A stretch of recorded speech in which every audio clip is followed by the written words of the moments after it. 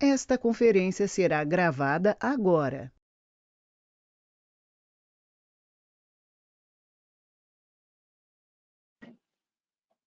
Boa tarde a todos. Meu nome é Aline. Eu faço parte da Liga Acadêmica de Pediatria e Neonatologia. E hoje, então, a gente vai estar apresentando essa aula. Eu queria desejar a todos uma boa aula. Sejam todos bem-vindos. E eu peço também para que desliguem seus microfones.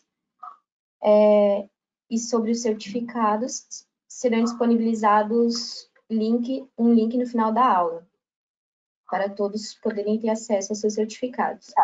E as perguntas podem ser enviadas pelo chat e elas serão respondidas ao final dessa aula. Eu gostaria de apresentar a doutora Raíssa.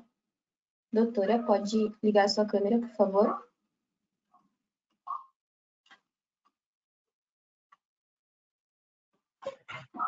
Oi, Oi. Então, boa tarde, doutora eu liguei Raíssa. a câmera, dá para ver? É Raiza, Raíssa, desculpa. não tem problema. Tudo bem? Então, a Tudo gente bem.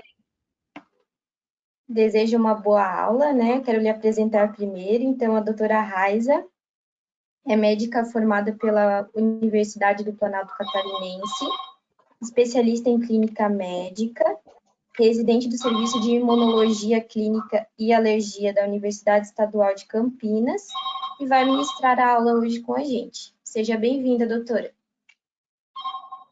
Obrigada. Acho que tem um telefone tocando aí. Pessoal, eu quero agradecer a gentil apresentação da Aline, dizer que estou muito honrada de voltar a ministrar uma aula, talvez não do momento, no momento que eu gostaria, e da forma, né? Acho que eu nunca imaginei ter tanta gente aqui me ouvindo, mas especialmente assim, cada um em um lugar. Eu moro aqui em Campinas já faz quase um ano e meio e estamos vivendo um momento muito ímpar da nossa da nossa história, da nossa medicina. E vai ser um prazer conversar com vocês. Espero que vocês saiam com mais informações e conteúdo do que entraram. Eu me coloco à disposição. Essa aula eu estou vendo que está sendo gravada, mas eu também vou disponibilizar a apresentação para vocês. Quem quiser pode me mandar e-mail. Vou deixar com as meninas da Liga também, tá? Eu acho que eu tenho que compartilhar minha tela, não é, Aline? Isso mesmo. Só vou ativar aqui só um minuto. Tu vai ter que me atribuir a função de apresentador para eu compartilhar. Certo. Tá dando para me ouvir bem, Aline? O som tá bom? Sim, bem tranquilo. Ok.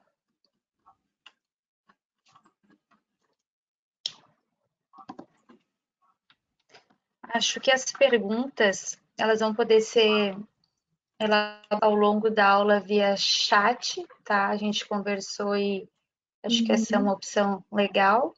E também via e-mail. Vocês podem anotar as perguntas, eu vou deixar meu e-mail particular e vocês podem também enviar, que eu prontamente vou responder.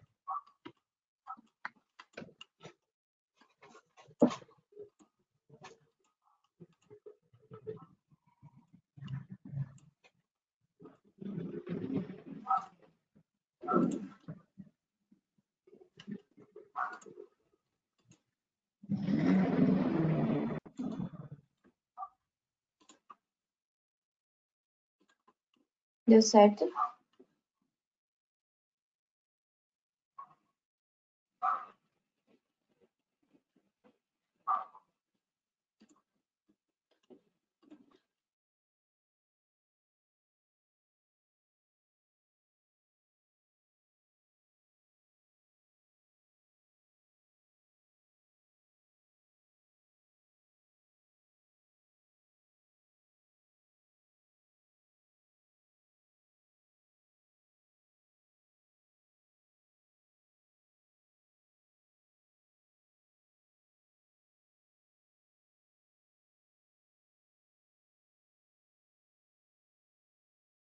Aline, tá ok? Ok. Tá bom. Vocês estão vendo a tela da apresentação só, né? Isso. Ok. Bom, então, o tema da aula que a gente estabeleceu junto com o pessoal da Liga da LAPEN foi SARS-CoV-2, o envolvimento imunopneumológico dessa doença com foco em asma, tá? O meu objetivo é trazer para vocês um paralelo entre essas duas entidades clínicas patológicas e o universo das crianças. Eu não sou pediatra, como a Aline me apresentou, eu sou especialista em clínica médica, mas a minha formação como alergista e imunologista me permite contato quase que diário com crianças, a gente sai apto para tratar crianças, então eu tenho contato nas patologias que a gente estuda com o universo das crianças. Bom, começar falando sobre a Covid-19, que é a doença que foi primeiramente reportada na China, tá? Na cidade de Wuhan, em dezembro do ano passado. A gente não tem nem 6 meses de evolução dessa nova doença, apesar do coronavírus, o vírus responsável pela doença já ter sido descrito há um tempo atrás, a SARS-CoV-2 é uma doença nova. É uma doença de disseminação rápida. Dados de hoje, tá, do início da tarde, mostram 4.731.458 casos no mundo inteiro e 316.169 mortes. Esses são dados do início da tarde da Organização Mundial da Saúde. E os principais sintomas que a gente encontra nos pacientes com Covid-19 são febre, tosse seca, dispneia e fadiga, tá? Me parece que a tela está um pouco cortada, então as referências elas estão um pouco abaixo, talvez elas não apareçam aí para vocês, tá? Mas a gente vem observando, especialmente trabalhando diariamente com esses pacientes aqui no Hospital de Clínicas da Unicamp, que a clínica varia muito, tá? O meu principal grupo de atendimento são adultos, mas a gente tem contato com crianças também, e os polos variam muito no que tange a clínica. Os pacientes muitas vezes se apresentam assintomáticos, que é o grupo que de certa forma, falando em disseminação e transmissão, é o que mais nos preocupa, e até sintomas gastrointestinais, lesões de pele, é tudo muito novo, então tudo que está sendo reportado vem sendo estudado para que junto, quanto mais dados a gente tiver, mais informações sobre a doença a gente vai, mais ideias sobre a doença a gente vai ter, né? Como que ela vai se comportando. E a evolução natural dessa doença é uma pneumonia, que pode evoluir para uma síndrome respiratória aguda severa, que é o que a gente chama de SARS. Tá? É aí que mora a nossa grande preocupação, porque a maior concentração de casos que envolvem mortalidade acontece por conta disso, além de complicações, muitas vezes por doenças de base dos próprios pacientes, é a pneumonia, que evolui para SARS, que mata os pacientes acometidos por Covid-19.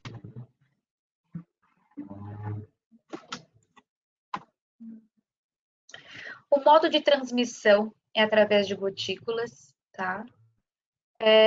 A gente tem que a via de aerosol é uma importante via de disseminação também, e essa via ela pode acontecer especialmente através de procedimentos como intubação orotraqueal, como nebulização, como ventilação não invasiva.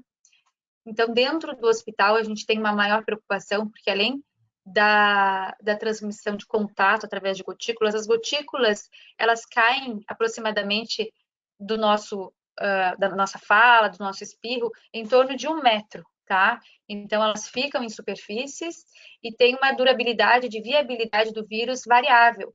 Ela pode durar cerca de 3 dias em plástico ou aço inoxidável, de 24 horas em papelão e até 4 horas em superfícies de cobre. Mas o aerosol, diferentemente e preocupantemente, ele fica no ar. Então, é como o vírus do sarampo, o vírus da varicela, tá? Eles ficam no ar, da tuberculose, da micobactéria, né? Eles ficam no ar, e é isso que preocupa, tá? Por isso que o contato tem que ser muito mais... as vias de contato têm que ser muito mais precavidas dentro do ambiente hospitalar, porque tem procedimento que pode aerosolizar essas partículas virais. E aqui está a estrutura do famigerado coronavírus. O que eu gostaria de chamar a atenção para vocês é que essa composição que confere o nome do coronavírus de coronavírus, por conta do aspecto de coroa mesmo, são as chamadas proteínas spike. São diversas proteínas aqui, mas essas que estão em roxinho são as proteínas S, as proteínas spike, porque elas lembram uma espícula. E são através dessas proteínas que a gente vai ter a entrada do vírus na célula. Então, o que preocupa, os estudos, tudo vem sendo em cima dessas proteínas, porque são elas que conferem a capacidade do vírus de entrar dentro da célula do hospedeiro. Dentro aqui, o material genético viral, que no caso do coronavírus é o RNA. E demais estruturas assim, mas o que eu quero pontuar bem para vocês são as proteínas S, as spike proteins. E aqui é uma ilustração de como a gente pode entender que acontece a entrada do coronavírus dentro da célula do hospedeiro, da nossa célula. As spike proteins, elas vão se ligar basicamente às enzimas ACE2, a ZECA, tá? Que a gente tanto ouve falar aí em pacientes que são mais expressas em pacientes hipertensos, tabagistas, obesos, com algumas outras comorbidades a mais. E é por conta disso que a gente vem entendendo que esses pacientes são o maior grupo de risco para se infectarem e complicarem por Covid, porque eles têm mais ACE2 expressas, certo? Ao contrário do que acontece com crianças. É por isso que a gente está vendo uma infecção, um grau de disseminação, infecção, letalidade menor nas crianças. Então, a ACE2, junto com algumas outras enzimas, como a TMPRSS, vão facilitar a entrada do vírus na célula do hospedeiro. Tá? Ele vai utilizar dessas estruturas para entrar na célula, liberar o seu material genético, se reproduzir, liberar partículas de vírions e estabelecer uma nova saída celular, infectar novas células e seguir a sua história viral aí dentro do hospedeiro, tá? Esse é mais um esquema ilustrativo que mostra o que eu acabei de falar. Tá? A ACE2 expressa aqui, que é a enzima que vai facilitar a entrada do vírus na nossa célula hospedeira. E assim, aqui a outra enzima que eu falei, também é importante, vem sendo estudada nesse mecanismo. A liberação do material genético, RNA, as partículas virais, chamadas de vírions, as partículas proteicas virais, a mutação viral e a liberação do vírus na circulação para ele infectar novas células. O método laboratorial padrão ouro que a gente tem hoje para estabelecer infecção por Covid-19 é o RT-PCR, ele tem sensibilidade descrita em torno de 95% a 97%. A PCR se torna positiva a partir do terceiro a quarto dia de sintoma do paciente. E juntamente com a clínica, que são aqueles achados típicos que eu citei no início da aula, tosse, uma tosse comumente seca, né? Porém ela pode ser produtiva, febre, odinofagia, enfim, que a gente entende por sintomas gripais, desconforto respiratório, associado a achados radiológicos, e o que a gente tem descrito para considerar achado radiológico típico de infecção por Covid-19 são opacidades tipo vidro fosco, bilaterais e periféricas. Nessa imagem aqui, mesmo quem está no início da faculdade, começando a se habituar com esse tipo de imagem, a gente tem um corte da tomografia do pulmão de um paciente infectado por Covid-19. Aqui ele estava em torno do 7º, 8º dia de sintoma, e a gente já percebe essas áreas de opacidade tipo vidro fosco, que define o achado radiológico típico de Covid. Bom, estabelecendo a primeira relação, então, entre Covid e crianças, tá? É o que a gente tem semelhante com o adulto. Pacientes que se apresentam assintomáticos, até pacientes que evoluem para uma pneumonia grave e insuficiência respiratória. O período de incubação descrito para crianças, período de incubação é o período de exposição até o início dos sintomas, e é a partir daí que ele fica transmissível. O paciente pode estar transmitindo o vírus. É de 4,2 a 5,1 dias. O que a gente tem de dados reportados, definidos até agora, são de grandes estudos chineses, tá, que já saíram, americanos, e dados que vêm sendo compilados agora da Europa, da Itália e da Espanha. Então, a maioria dos dados, das informações que eu vou passar para vocês, são de estudos desses territórios aí que já foram estabelecidos. Os principais sintomas reportados em crianças, então, primeiro deles, vem tosse, tá?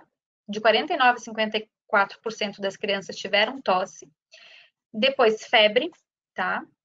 Diarreia, veja que diarreia não é um achado comum no adulto, como os casos estão aparecendo mais, agora no Brasil a gente já pega paciente com sintoma gastrointestinal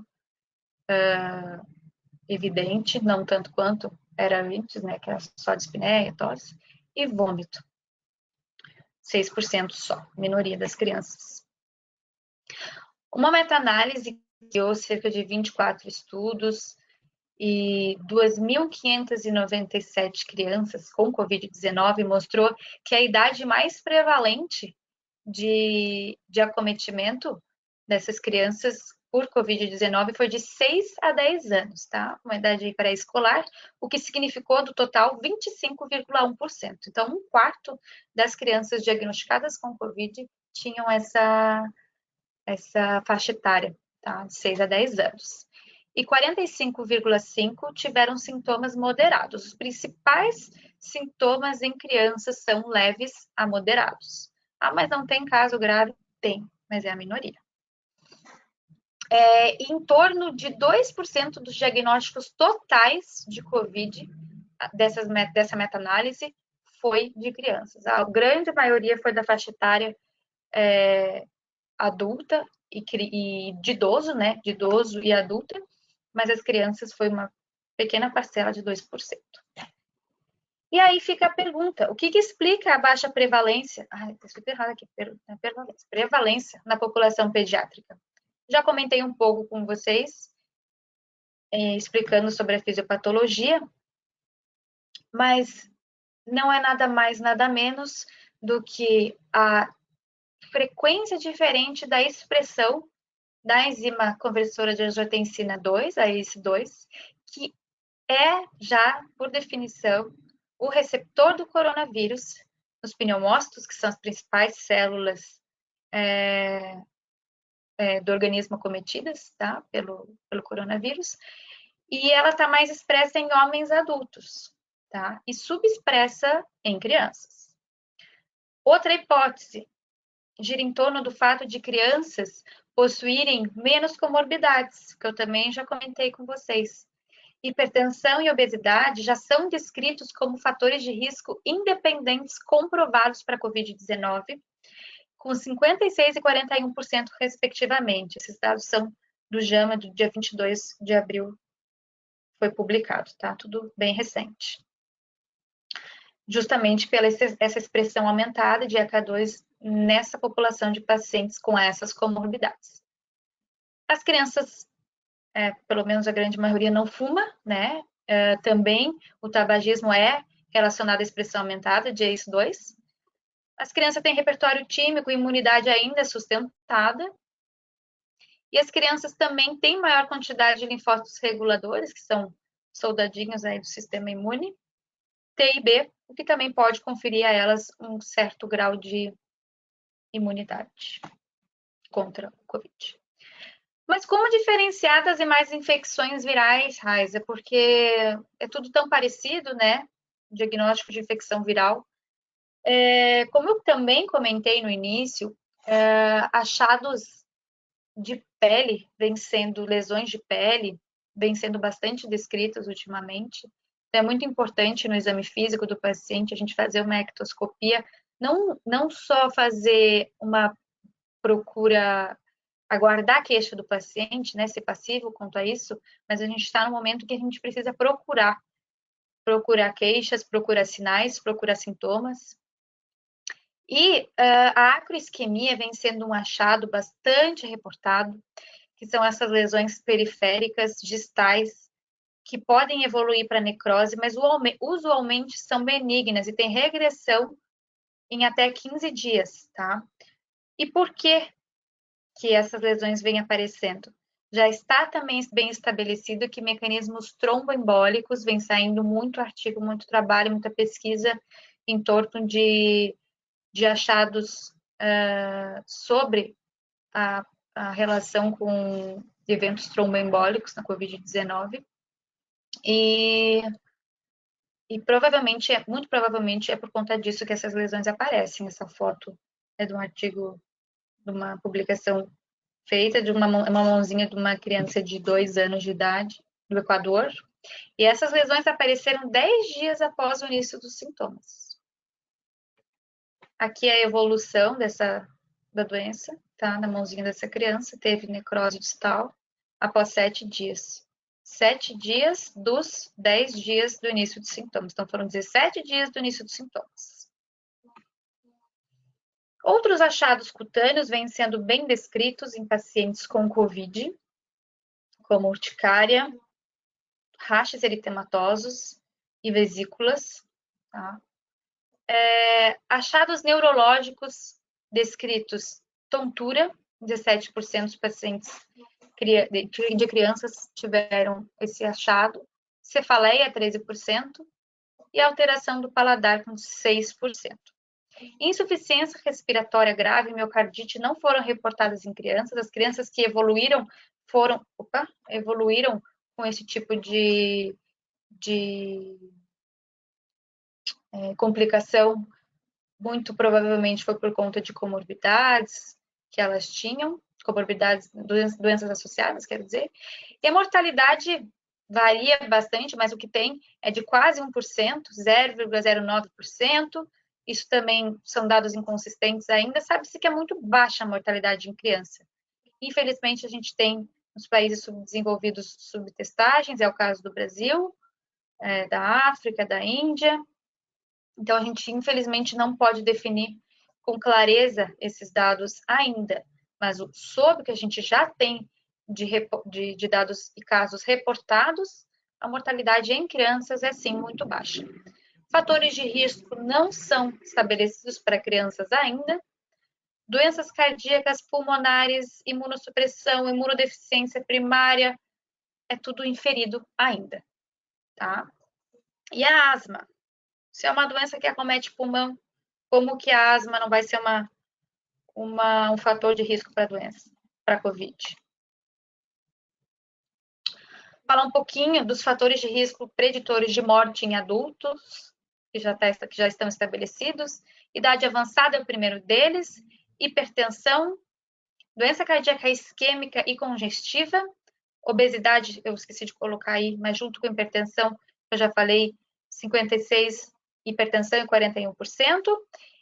DPOC, doença pulmonar obstrutiva crônica, vindo depois, ainda, apesar de ser uma doença pulmonar, mas vem depois de idade avançada, hipertensão, doença cardíaca. E aí eu coloco de novo para vocês. E a asma? Por que a asma não foi definida ainda como um fator de risco preditor de morte? Vamos falar um pouquinho de asma, então. A definição dessa entidade clínica é que ela é uma doença inflamatória crônica das vias aéreas. E por ser uma doença inflamatória, ela possui altos e baixos, ela possui momentos de exacerbação e momentos de remissão, de acordo com o tratamento, de acordo com fatores de risco da própria doença, do próprio paciente, com questões exposicionais, tá? Para ela exacerbar ou remitir. E ela envolve inúmeras e complexas interações celulares e de receptores, tá? E todas essas interações, elas vão determinar um grau de hiperreatividade brônquica importante, remodelamento das vias aéreas do paciente que tem a doença e limitação do fluxo de ar. Essa é uma ilustração que traz para nós um pouco do mecanismo fisiopatológico da doença, através de gatilhos basicamente alérgicos e do meio ambiente, tá? Não podemos esquecer dos fatores genéticos envolvidos, dos fatores epigenéticos envolvidos e dos fatores de infecções e podem estar relacionados com o processo de exacerbação, tá? São esses os gatilhos que a gente tem para o desenvolvimento da asma.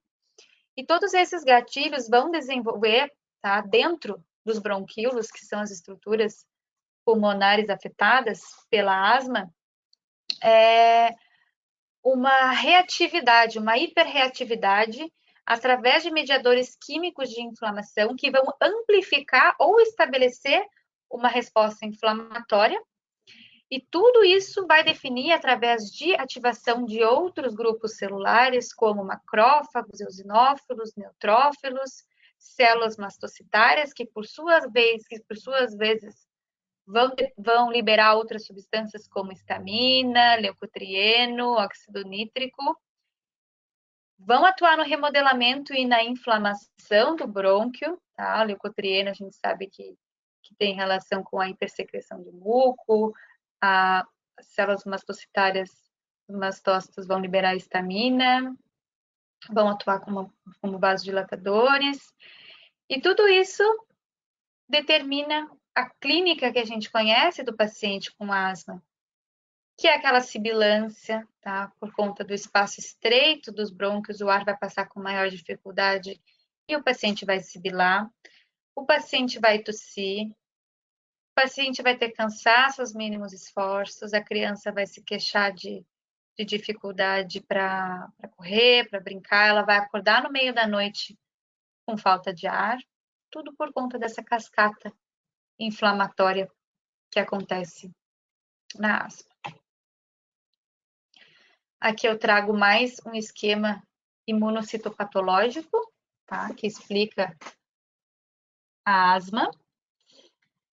O recrutamento e ativação mastocitária de macrófagos, de células dendríticas apresentadoras de antígenos vão ativar as células TH2, os linfócitos TH2, T-helper, e eles, por sua vez, vão mediar liberação de outros fatores, como interleucinas, especialmente a interleucina 5, 4, 13 e 8.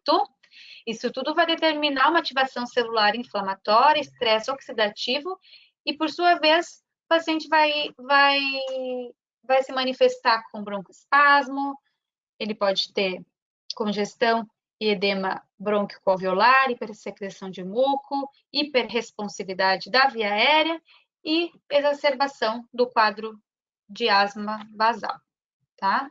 Mais um esquema que explica basicamente o que eu já falei, todo esse recrutamento e ativação de células mastocitárias através do gatilho, que é o alérgeno, vai estimular através das células dendríticas apresentadoras de antígenos, vão apresentar o antígeno aos soldadinhos aqui do sistema imune, os linfócitos TH2, tá? Vai ter produção de IgE, imunoglobulina, que por sua vez vai se ancorar às células mastocitárias e vai ter liberação de histamina, especialmente leucotrienos e outras citocinas inflamatórias. E isso determina a resposta alérgica precoce, a resposta alérgica inicial. Sabe-se que a resposta alérgica ela tem um mecanismo tardio também, tá? Com a liberação de praticamente os mesmos neuromediadores, imunomediadores, e tudo isso determina a ativação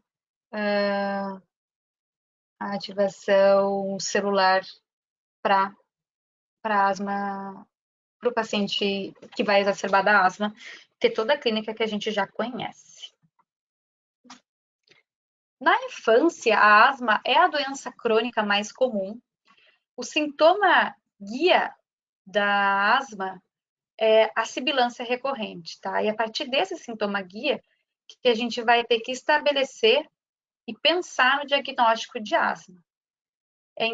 Está estabelecido que em torno de 3 episódios ao ano, esses dados são das diretrizes da Associação Brasileira de Alergia e Imunologia e da Sociedade Brasileira de Pediatria. Então, 3 episódios ao ano de sibilância, a gente já pode clinicamente definir que o paciente tem sibilância recorrente.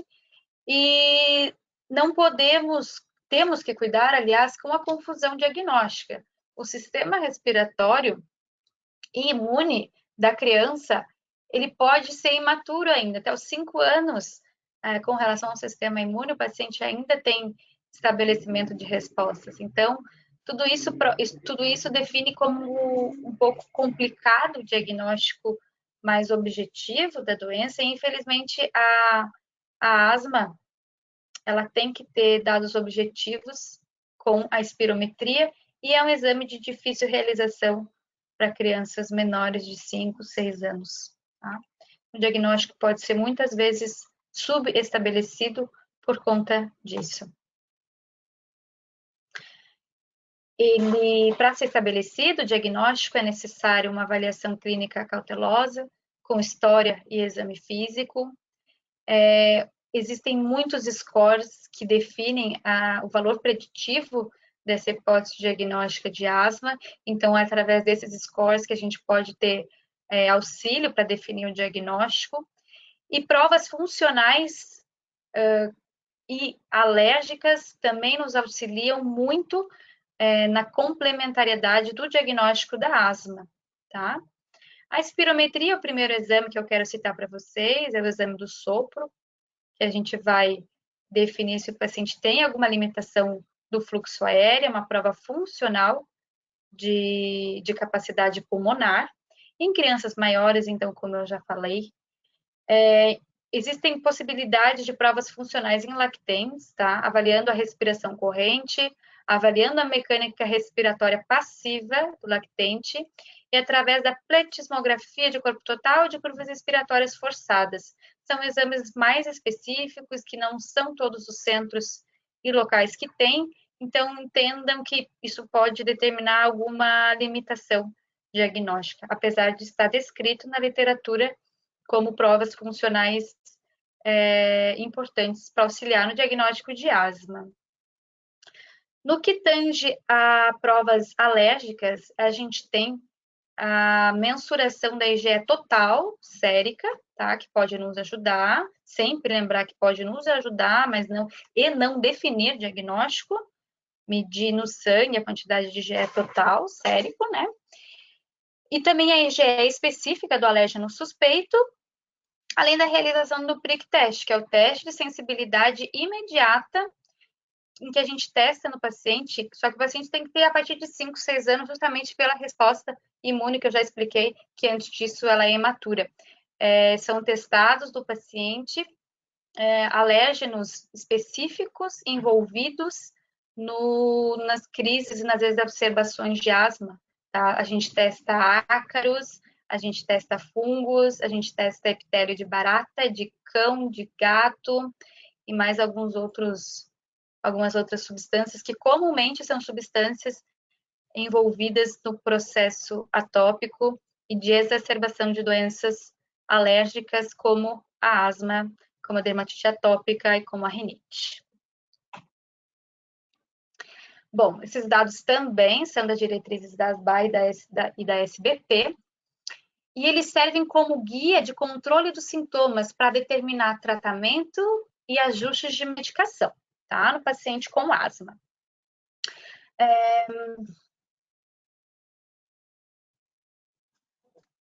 O controle dos sintomas, ele pode ser avaliado, ele tem que ser avaliado, aliás, nas últimas 4 semanas. Você sempre deve perguntar para o paciente, no caso para a mãe, acompanhante, como que a criança se apresentou nas últimas 4 semanas, no último mês, com relação a sintomas diurnos, tá? Se ele teve sintomas diurnos relacionados à crise de asma, aí a gente tem que explorar tosse, falta de ar, sibilância, o chiado, né? O famoso chiado no peito, por mais de alguns minutos e mais de uma vez na semana, sim ou não. Se o paciente teve alguma limitação devido à asma, se ele correu ou brincou menos que as outras crianças, se ele cansou com facilidade durante as brincadeiras, sim ou não. Se o paciente teve necessidade de usar algum tipo de medicação de alívio, algum broncodilatador de curta duração, mais de uma vez na semana, isso também nos ajuda a definir descontrole da doença, se sim. E se o paciente acordou no meio da noite por conta de tosse ou falta de ar, tá? A gente considera que o paciente está bem controlado se nenhum dos desfechos acima foi considerado. A gente considera ele parcialmente controlado se até 2 desfechos acima forem representados. E a gente considera que o paciente não está controlado se 3 ou mais dos desfechos acima forem documentados nas últimas 4 semanas de avaliação. Aí que a gente vai estabelecer o tratamento e ajustes a partir da definição da confirmação diagnóstica, junto com todos aqueles critérios que eu expliquei, que são importantes para definir o diagnóstico de asma, e sempre, antes de mexer em algum tipo de medicação no paciente com asma, é muito importante, porque a principal causa de descontrole da doença é a técnica e aderência dos medicamentos. A gente sabe que existem medicamentos que precisam, não são medicamentos simples via oral de tomar, a maioria deles, eles precisam ser bem orientados, tá? Os inaladores e as bombinhas, para que o paciente faça de maneira adequada e tenha o melhor aproveitamento da droga, sem que isso atrapalhe na evolução clínica dele. É necessário também questionar o paciente sobre fatores de risco, sobre as exposições aos aeroalérgenos, principais envolvidos nas exacerbações da doença e alérgenos. Então, o controle ambiental, que a gente chama, é muito importante nesses pacientes, tanto quanto a técnica de aderência e tanto quanto a prescrição de remédio. Prescrever remédio é fácil, mas checar técnica, aderência, conversar, perguntar como é que está a casa, se está limpando com pano úmido, se está usando espanador ou não, se tem cortina, se tem bicho de pelúcia, e por aí vai. Isso tudo é muito importante para definir se o paciente está controlado ou não, e por quê. Esse fluxograma, essa ilustração é do GINA, tá? Que é a iniciativa global de cuidados e controle, de definição diagnóstica e tratamento de asma para criança de 6 a 11 anos. E, assim, infelizmente, a gente não tem tempo de falar com a devida atenção e cuidado de cada medicamento. Então, para muita gente aí que está começando a faculdade, vai ficar um pouco um pouco nebuloso tudo isso que eu vou falar, essas informações, mas eu me coloco à disposição só para falar de remédio para asma, que é muito legal, muito interessante o mecanismo de atuação de cada um deles, mas eu trouxe aqui para vocês entenderem, basicamente, antes de ficar lendo letrinhas e colocando isso tudo para vocês, que o tratamento da asma, ele se baseia em steps. É importante entender que a gente pode fazer step up e step down em qualquer momento do cuidado do paciente com asma, e justamente por conta daquele mecanismo fisiopatológico que eu expliquei no início, porque a asma é uma doença inflamatória crônica, definida por períodos de exacerbação e de remissão, exacerbação e de remissão. E tudo isso é definido, a gente consegue enxergar tudo isso e definir tratamento indo ou voltando, tá? Basicamente, o step 1 do paciente com asma é o paciente que está controlado e que a gente só precisa acompanhar e prevenir exacerbação e controlar sintoma. No step 2, a gente tem uma dose de corticoide inalada diária, que pode ser ou não associada a receptor antagonista de leucotrieno, justamente porque leucotrieno, se vocês lembram, é uma substância liberada ali na fisiopatologia, no mecanismo fisiopatológico da asma, e a gente pode fazer o controle dessa substância com uma droga antagonista do receptor de leucotrieno, tá? Que é o famoso montelukast, que a gente conhece. No step 3, a gente tem que iniciar uma dose baixa de corticoide inalado mais beta de longa, ou então uma dose média de corticoide inalado. Step 4, a gente aumenta a dose do corticoide inalado associado ao beta de longa, tá? Que é o que a gente conhece aí, tem na nossa rede pública de saúde, que é o Alenia, né? Formoterol e budesonida, budesonida corticoide, formoterol é o beta de longa. Aí a gente pode mexer adicionando anticolinérgicos, os próprios antagonistas receptores de leucotrieno, enfim, se o paciente não controlar. E step 5, o último step de controle e tratamento de asma, a gente pode utilizar imunobiológicos já, tá? Que são os anti-IgEs. A gente tem aí no mercado brasileiro, já tá liberado no SUS para asma grave o omalizumab, certo? Fazer imunoterapia específica para os aeroalérgenos que a criança demonstrou hipersensibilidade no prick test. E é isso aí, step up, step down, fazer sempre que necessário, deixar o paciente orientado para fazer o beta-agonista de curta, se tem crise, e deixar ele também orientado quanto a sinais de gravidade que ele vai ter que procurar o pronto atendimento, e em que momento que ele faz isso, tá? Serviço de saúde. Lembrar que tudo isso está sendo muito revisto na situação de pandemia atual, tá? Muito expor um paciente com asma no pronto-socorro é bem complicado. Isso não significa que não é para ir, mas ele tem que ser muito bem orientado qual o momento certo de ir ao pronto-socorro. Fazer uma educação médica bacana para que não haja exposição a mais. Agora eu trouxe a revisão de basicamente tudo o que eu falei, as duas entidades clínicas, asma, Covid e crianças. Não temos evidências que definam maior morbimortalidade em pacientes com asma e Covid-19 ainda. Então, asma isoladamente não é fator preditivo de morte, tá? Infecções virais, como as causadas por rinovírus, a gente tem que estar descrito por pesquisas e relatos que aumentam a chance de falha terapêutica. Então, por inferência, a gente acredita, apesar da ausência de dados ainda, porque é uma doença nova, pouco tempo de evolução, pouca coleta de informações, que a asma, por ser uma doença que exacerba por infecção viral, e considerando que o Covid-19 é uma infecção viral, a gente pode aqui entender que falhas terapêuticas podem acontecer, tá? O estudo mostrou que de 140 pacientes adultos hospitalizados com Covid-19, nenhum deles tinha alergia ou asma, tá? Então, foi um estudo grande, 140 adultos hospitalizados, são adultos, né? Eu procurei trazer dados sobre crianças, como mostrei para vocês, ainda são escassos esse grupo de pacientes internados, mas a gente consegue ter uma ideia que asma não é fator de risco, tá? Nem atopia.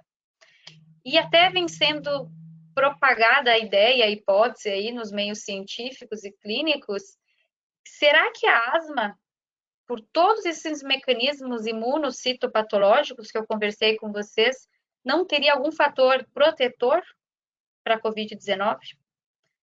Então, a gente anda estudando isso por aqui também. Infelizmente, dados ainda frustros não comprovam nada, tá? É tudo inferência e a asma ainda não é definida como fator de risco para a Covid e vem sendo pensado se ela não é algo que está protegendo a população portadora da doença de complicações da Covid-19. O que temos de recomendações atuais para pacientes que têm asma, tá? Isso inclui o grupo pediátrico. É importantíssimo manter o tratamento de base, tá? Mais do que nunca, o paciente tem que manter o tratamento de base de todas as doenças crônicas, em especial aqui que eu estou trazendo para vocês a asma, pelo pediatra, pelo alergista, pelo pneumo, ou seja lá quem que cuida da asma desse paciente, especialmente corticoides inalatórios. Existe ainda muito mito sobre o uso de corticoide, por mais que a gente explique que corticoide, quando bem orientado, no tempo certo, e ainda mais os inalatórios ou tópicos, né, eles têm efeitos sistêmicos baixíssimos, mas eles constituem a base terapêutica da asma, porque eu expliquei para vocês que a asma é uma doença inflamatória e o corticoide é um anti-inflamatório e ele precisa ser usado regularmente pelo paciente que tem asma. Lógico, se ele tiver em um STEP que necessite isso, porque senão ele vai descompensar e aí a chance dele internar e complicar é grande. Se o paciente, por algum motivo, precisar ir ao pronto atendimento, por conta de piora da crise ou por crises repetidas de asma, é importante orientar que ele use máscara, que o acompanhante use máscara. As máscaras a gente já sabe quais são as orientadas pelo Ministério da Saúde, tá? Levar o próprio inalador, não vem sendo recomendada a realização de inalação ou qualquer procedimento que disperse partículas no ar, porém, em alguns casos a gente sabe que isso é necessário. É importante orientar que o paciente leve o seu material, sua máscara inalante, seu espaçador, para o pronto atendimento, para não ter compartilhamento de objeto. O paciente tem que receber vacinas, tá? A vacina da gripe, da influenza tem que ser feita. O grupo de risco já recebeu. Se algum paciente de grupo de risco ainda não recebeu, ele precisa receber. Precisa das antipneumocócica, hemófilos tipo B também, e demais vacinas do calendário vacinal. Os corticoides orais, tá? São muito utilizados nas crises dos pacientes com asma. Eles têm um tempo curto de prescrição, de 5 a 7 dias, tá? Não é para ser prescrito mais do que 15 dias aí contínuos por conta de efeitos colaterais e somente com orientação de médico, tá? A gente sabe que os pacientes têm um vidrinho de Predsim na gaveta, eles usam em casa, que sabe que corticoide melhora. Então, a gente tem que orientar só sob orientação médica. Infelizmente, as espirometrias estão suspensas por hora, não são exames que a gente está priorizando para o momento, justamente porque é o exame do assopro e ninguém quer assoprar e disseminar partícula potencialmente viral no ar, então é o momento que as espirometrias estão sendo evitadas. Imunobiológicos, os anti-IgEs para asma, imunoterapia alérgena específica podem ser mantidas se já estão em andamento, em fase de manutenção, e a avaliação deve ser individualizada quanto a essa manutenção. As medidas preventivas que a Organização Mundial da Saúde estabelece, que inclui lavagem de mão regular, etiqueta respiratória, distanciamento social, evitar aglomeração, que a gente já sabe, precisam ser sempre reiterados para esse grupo de pacientes. Eu termino a minha aula aqui trazendo para vocês, acho que é uma pintura desse moço, que é o Edward Jenner. Quem não conhece ele ainda, ele é o pai da vacina. O Edward, na época, ele é um médico britânico e foi ele é o pai da vacina porque ele desenvolveu a vacina contra a varíola. Na época que ele vivia, que ele já era formado, ele se formou cirurgião muito cedo, ele, muito jovem, né? Ele observou que as senhoras que trabalhavam colhendo leite das vacas com varíola bovina, elas não eram infectadas. Elas tinham lesões na pele, na mão, lesões tipo pústula, e ele aspirou, um certo dia, uma lesão pustular de uma dessas senhoras ordenhadeiras e inoculou esse pus em uma jovem criança e observou como que essa criança se comportaria. A criança desenvolveu uma forma branda da varíola e tempos depois ela estava bem.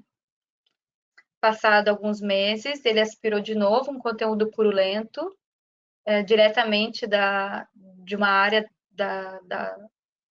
pustular de uma paciente que tinha varíola bovina, inoculou na criança e ele observou que a criança não desenvolveu nenhum tipo de sintoma.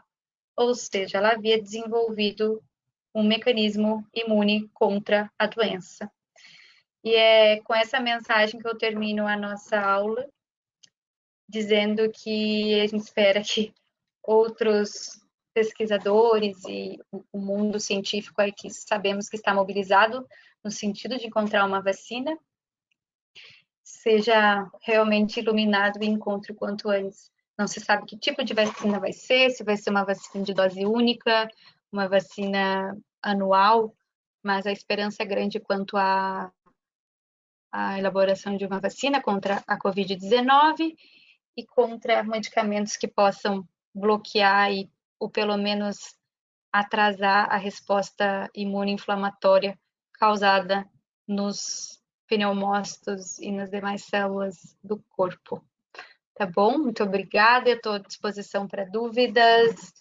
Vou deixar meu e-mail, como eu falei, pessoal, no início da aula, para que a gente esclareça eventuais dúvidas aí que surgirem, tá bom? Muito obrigada. Doutora, tivemos algumas dúvidas no chat. A Ana Luísa perguntou por que analisar os sintomas diurnos da asma é importante.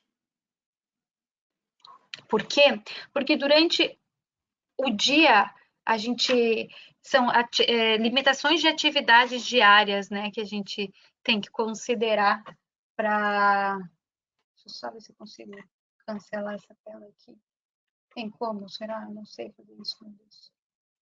Bom, limitação de atividade diária, assim como na avaliação do adulto, Maria Luísa, ela é muito importante porque se o paciente está tendo algum tipo de limitação da sua atividade diária, significa que o seu basal não está compensado. Então, é muito importante que esse basal seja compensado e entra como critério, assim como despertar noturno, assim como idas recorrentes ao pronto-socorro, assim como uso de beta de curta com frequência, que são as drogas de resgate, como fatores de exacerbação e de necessidade de reajuste ou de revisão de técnica, aderência ou medidas de controle exposicional do paciente com asma.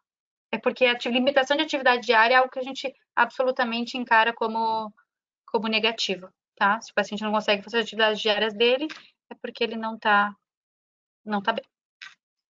Certo, temos mais perguntas aqui. A Juliana perguntou que existem estudos sobre a relação do COVID com outras doenças que acometem o sistema respiratório, como a fibrose cística? Fibrose cística. Não, o que a gente tem, nenhum tipo de doença pulmonar, inclusive é o que chamou a atenção dos pesquisadores e dos cientistas. Se é uma doença que desenvolve uma pneumonia grave, tá? Que pode evoluir para uma insuficiência respiratória importante, a SARS, né? Por que não os principais grupos de risco e preditores, fatores preditores de mortalidade não incluem primeiro ali DPOC, esses pacientes que a gente esperaria, fibrose cística, asma, né, que são doenças tão prevalentes, por que não que está ficando atrás essa questão pulmonar? Aí é que vem a explicação da expressão aumentada do Zeca, que são as enzimas que vão fazer o transporte, né, da partícula viral para dentro da célula do hospedeiro, e é em cima dessas substâncias, em cima dessas particularidades do grupo de pacientes que vem sendo mais reportado, idosos, hipertensos, obesos, e depois pacientes com doenças pulmonares. Então, os estudos, eles estão mostrando que o grupo de pacientes com doença pulmonar não é o principal grupo afetado. Certo, então. A Manuela perguntou por que a asma seria possivelmente vista como um fator protetivo para a Covid-19.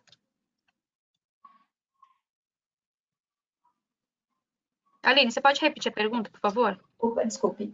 A Manuela perguntou por que a asma seria possivelmente vista como um fator protetivo para a Covid-19. Só um pouquinho. Eu acho que desconectou aqui o meu som.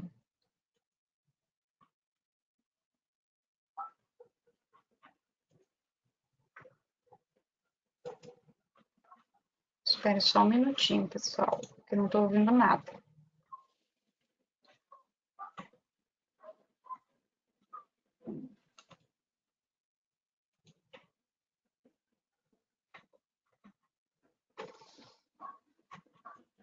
Eu vou tirar meu fone. Eu vou tentar colocar no som do computador, só um pouquinho.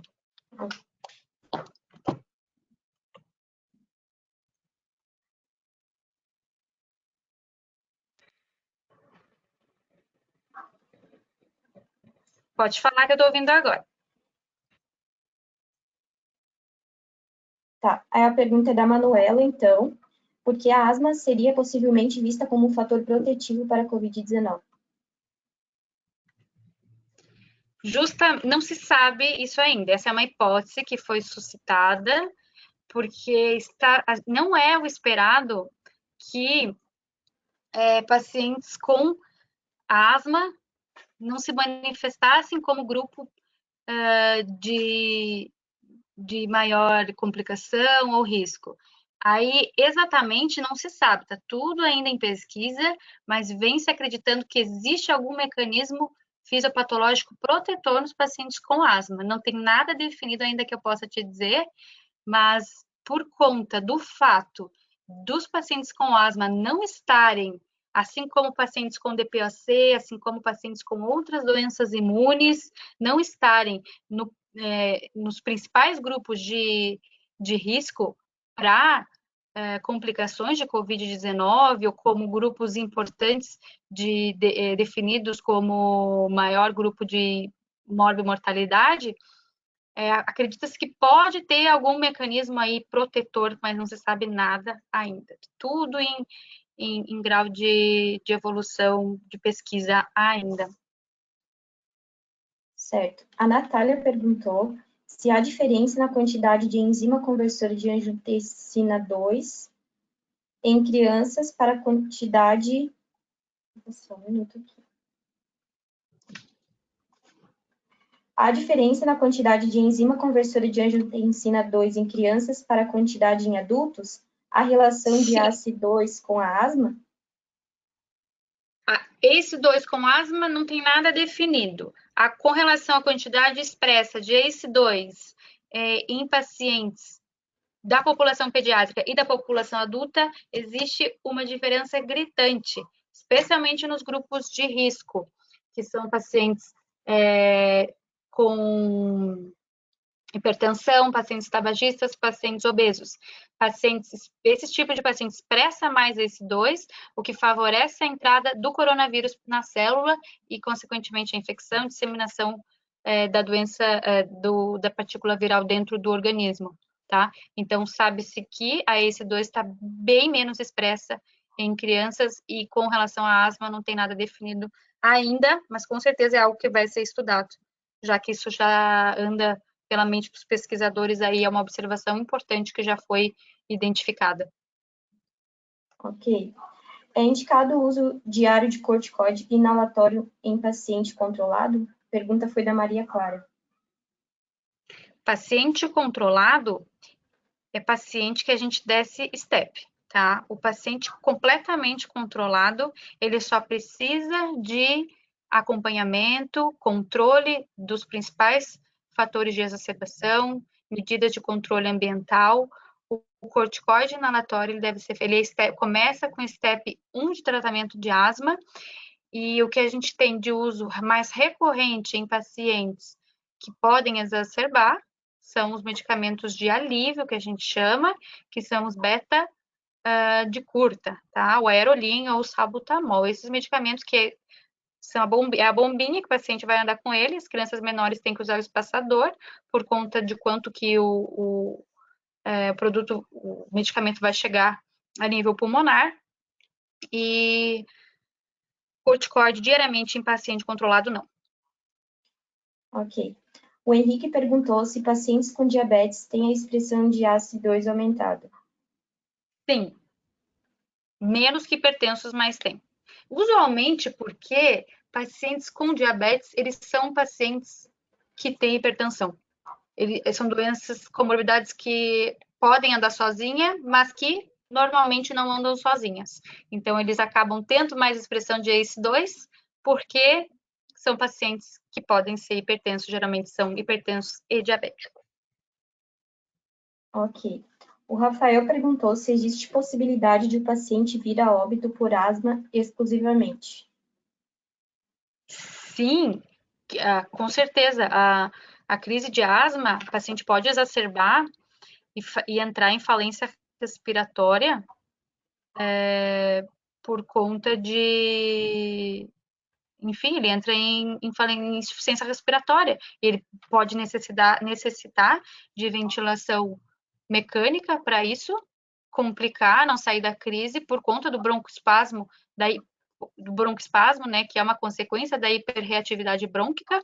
O estreitamento da via aérea é aquilo que a gente chama, o paciente que está sibilando, ele ainda tem ar, por mais que com dificuldade o ar passe no bronquíolo, o ar está passando, mas o tórax silencioso, que é um achado semiológico preocupante em pacientes com doença pulmonar, especialmente DPOC, né, que é a doença pulmonar obstrutiva crônica, e asma, o tórax silencioso, ele é um achado semiológico preocupante no sentido de prever que o paciente pode evoluir para insuficiência respiratória, necessite de intubação orotraqueal e ventilação mecânica para dar conta dessa insuficiência respiratória e da troca gasosa completamente prejudicada que ele vai ter. Certo. A Taíla perguntou: eu não entendi o porquê da asma não ser fator de risco para a Covid. Poderia responder? A asma não é fator de risco para a Covid, porque não existem dados sustentados na literatura ainda, porque é uma doença nova, em que os dados estão sendo compilados, não existe número suficiente de dado que demonstre que é um grupo, que é uma população de risco para a Covid. Tá? A princípio, é por isso, porque não se tem evidência, através do número de casos reportados de pacientes que complicaram por conta da asma e que internaram, morreram, não tem nenhum caso de paciente, por exemplo, reportado que tenha tido asma e tenha morrido ou complicado por isso. Os dados científicos, eles eles são adquiridos através de relatos, né? Então, a gente tem relatos, tem estudos, por isso que as notificações são tão importantes, porque se não tem notificação, a gente não consegue saber o que está acontecendo e não consegue estudar a doença e nem os grupos de risco. Até hoje, então, se tem que a asma não é um fator de risco independente, porque não tem relato suficiente de caso que comprove isso, e nem mecanismo imunofisiopatológico estudado para definir, para ter essa definição. Por isso. A próxima pergunta é do Rafael, e ele quer saber como você vê o desenvolvimento de vacinas para o Covid. É promissor a curto prazo? A curto prazo? Isso. Não. O que a gente tem conversado entre nós aqui na Unicamp, a estrutura do coronavírus é muito ímpar. Tá? Essa estrutura com essas spike proteins, ele tem isso determina para ele uma característica de modo a adentrar na célula muito peculiar. Não é nem tanto pelas mutações que ele tem, que o vírus, que a gente sabe que vírus muta, né? Essa é uma informação que está sempre na nossa cabeça, mas é mais pela estrutura peculiar do vírus. A gente tem, isso é uma opinião assim, do nosso meio, do meu meio científico de estudo, acredita-se que não é muito promissor ainda, tá? Então tem que cuidar muito com o que a gente vê, achar que logo vai ter vacina. Acho que não. Ok. A Letícia perguntou se tem algum estudo relacionado à mortalidade de crianças com a COVID, por mais que baixa, e algum perfil específico dessa faixa etária? O que eu falei ali é que a mortalidade dos diagnósticos totais, tá? Cerca de 2% dos diagnósticos totais são em crianças e a mortalidade é baixíssima, de 0,09%. Existem estudos, sim, a maioria são estudos que analisam dados da China, dos Estados Unidos, porém, a mortalidade do grupo de faixa etária de criança é baixíssimo e o grupo que evidenciou mais mortalidade foi o grupo mais acometido, crianças de 6 a 10 anos, tá? Crianças pequenas também são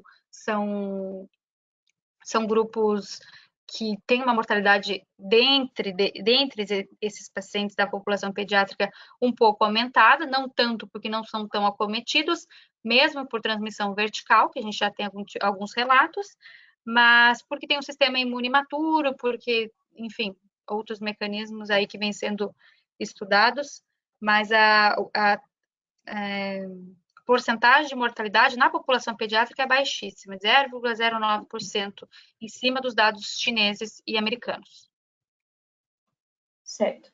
A Maria Eduarda gostaria de saber se a embolia pulmonar é um fator de risco alarmante. A embolia pulmonar, pacientes com evento tromboembólico prévio, não necessariamente embolia pulmonar, pode ser qualquer tipo de evento trombólico prévio, como qualquer tromboembolia venosa ou até AVC, enfim, vem sendo estabelecido como critério de fator de risco, porque está se verificando que pacientes estão evoluindo com eventos tromboembólicos, tá? Então já está definido que eles podem ser uma população de risco, sim, mas mais do que isso, pacientes rígidos no sentido de eventos embólicos, tanto vasculares arteriais como venosos prévios, sem nenhum tipo de histórico, estão evoluindo. A gente está vendo aqui no Hospital de Clínicas da Unicamp pacientes rígidos nesse sentido evoluírem para TEP. Tá? Geralmente é TEP que eles fazem, mesmo com anticoagulação profilática na admissão, porque dados já sustentam na literatura que eventos tromboembólicos estão acontecendo nesses grupos de pacientes com COVID, e os pacientes estão fazendo evento de embolia pulmonar. Então, certamente vai ser grupo de risco em breve, especialmente quem já teve. Certo. A Karina perguntou por que a Sociedade Brasileira de Pneumologia e Tisologia está classificando os pacientes com asma como grupo de risco. Porque Eles, na verdade, assim, eu não sei se ela puder me mandar esse documento, mas o que a gente tem é que eles não são grupos específicos de risco. Mas ela pode me mandar esse documento que eu até desconheço. Talvez porque são doenças crônicas, inflamatórias, que podem definir algum grau de complicação. Mas estabelecido, eles não são, até porque não tem dados ainda que sustentam que eles são grupos de risco. Gestantes, talvez mais no sentido profilático, sabe? Esqueci o nome da moça que perguntou qual que é o nome dela? É a Karina. Karina, mais no sentido profilático, tá? Porque pacientes com doenças crônicas são pacientes que inspiram mais cuidados, isso a gente sabe, porque não se sabe como que eles podem se manifestar. Gestantes, da mesma forma, recém-natos, né? São populações que a gente pede para ficar em casa, paciente com imunodeficiência primária, por exemplo, tá? É porque a gente não tem, a gente considera de antemão que são grupos de risco porque são pacientes com doença crônica. E assim, antes de qualquer coisa, é melhor definir que são grupos de risco, mas com relação a estudo, eles não têm fator de risco independente aumentado para morbidade, para maior risco de transmissão, enfim, por isso. Ok, então ela disse que vai mandar o estudo por e-mail para a doutora. Tá bom, deve ser um documento, Então, deve ser alguma formalização da sociedade, né? Ela vai estar enviando por e-mail. Então, a gente Perfeito. vai estar finalizando as perguntas e o pessoal que tiver mais dúvidas pode estar enviando por e-mail, que a doutora se disponibilizou a responder. A gente agradece a participação de todos. Quero agradecer também a participação, em especial, a nossa coordenadora, Cristina Subtil, que esteve acompanhando a gente em mais uma aula da Liga. Ela estava aí, safada? Estava acompanhando a nossa aula, inclusive parabenizou a doutora pela aula. Assim como eu também quero fazer, parabenizar a doutora pela excelente apresentação e agradecer, né, por toda essa disponibilidade, o tempo cedido a gente para fazer essa aula. Então tá bom, eu também particularmente quero agradecer, me sinto honrada de... Gente, não teve meu último slide da aula, que era a foto da Uniplac, eu esqueci de pôr para frente. Mas eu me sinto honrada de voltar à minha universidade de formação, que eu tenho orgulho de levar o nome em alguns jalecos que eu ainda tenho da época da faculdade e compartilhar tudo que eu vivenciei na Uniplac. Sintam-se, os alunos da Uniplac que estão aqui, que eu sei que tem gente que não estuda na Uniplac, mas todos os que estudam sintam-se muito felizes e satisfeitos, porque vocês estão em uma universidade que contempla a gente como ser humano, nos dá uma formação científica e humanística de qualidade ímpar. Eu posso dizer isso porque a gente convive com pessoas de faculdades e universidades do Brasil inteiro, então eu carrego com muito orgulho o nome da Uniplac, me coloco à disposição para novas discussões, para novas aulas, para eventuais dúvidas que tenham ficado, e é isso. Peço que todo mundo que participou da aula, que ainda está aí, acho que são umas 200 pessoas, falem para a Aline, para as meninas da organização que acharam da aula, que eu estou à disposição para a gente melhorar e tudo. Tá bom? Muito obrigada. Ok, a gente que agradece. Até mais. Um beijo para todos. Se cuidem. Beijo. Tchau. Tchau. Pessoal, a gente pede para que todos presentes façam a sua inscrição no link disponibilizado aqui pelo chat. Mesmo quem fez anteriormente, é necessário refazer a sua inscrição para a gente validar o certificado. Obrigada.